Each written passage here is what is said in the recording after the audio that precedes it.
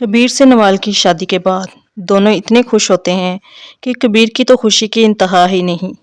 دونوں خوب انجوائے کرتے ہیں، لیکن ان کی خوشی فلک اور حمزہ سے تو جیسے برداشت ہی نہیں ہوتی۔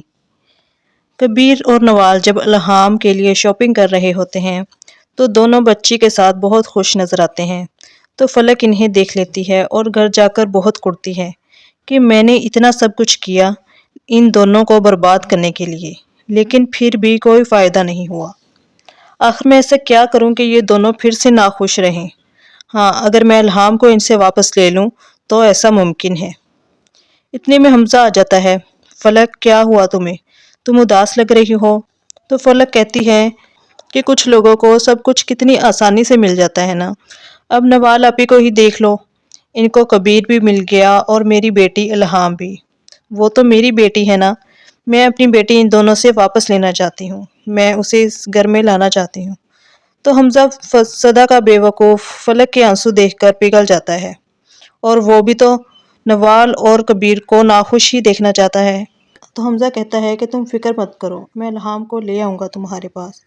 تو فلک خوش ہو جاتی ہے اور کہتی ہے کہ یہ کیسے ممکن ہے کہ جبکہ کبیر کے پاس الہام کی کسٹڈی کے پیپر ہیں۔ تو حمزہ کہتا ہے کہ تم فکر مت کرو، میں کیس کروں گا کبیر پر اور تمہاری بچی تمہیں ضرور ملے گی۔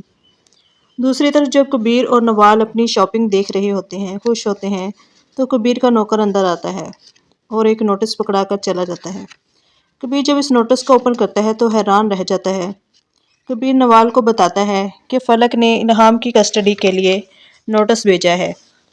تو نوال حیران و پریشان ہو جاتی ہے کہ وہ ایسا کیسے کر سکتی ہے، الہام اب ہماری بیٹی ہے، وہ تو اسے لاوارثوں کی طرح چھوڑ کر چلی گئی تھی، کبھی اس کی کیئر نہیں کی، تو اب اس کا خیال اس کو کیوں آ رہا ہے اور وہ کس منہ سے اس نے نوٹس بھیجا ہے؟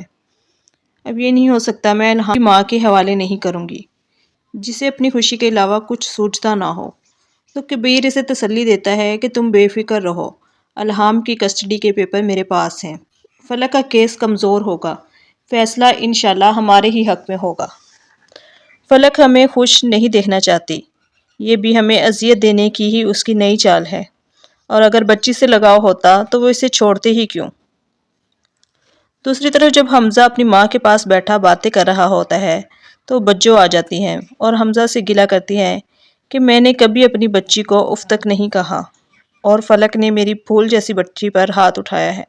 وہ بہت روتی ہے کہ میں مزید یہ سب برداشت نہیں کر سکتی، اگر ہمارے ساتھ اس گھر میں ایسا ہی سلوک رہے گا تو میں اپنی بیٹی کو لے کر یہاں سے چلی جاؤں گی، میں اپنی اور اپنی بچی کی مزید انسلٹ برداشت نہیں کر سکتی۔ تو حمزہ کو بہت غصہ آتا ہے فلک پر۔ ارے بجو، آپ ایسا کیوں کہہ رہی ہیں؟ میں نے فلک کی خوب کلاس لی ہے اور اس نے آپ سے معافی بھی تو مانگی ہے نا، وہ دوبارہ ایسی حرکت نہیں کرے گی، اور اگر اس نے ایسا کیا تو میں اسے فارغ کر دوں گا۔ فلک جو کہ باہر کھڑی یہ سب باتیں سن رہی ہوتی ہے چونک جاتی ہے، وہ بہت شوکڈ ہوتی ہے کہ حمزہ نے ایسا کیسے کہا۔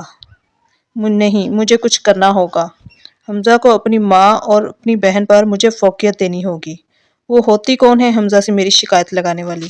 مجھے کچھ کرنا ہوگا کہ حمزہ صرف مجھے سنے اور مجھے ہی دیکھے۔ ناظرین، یہ سب آپ آنے والی ساتھ میں دیکھیں گے۔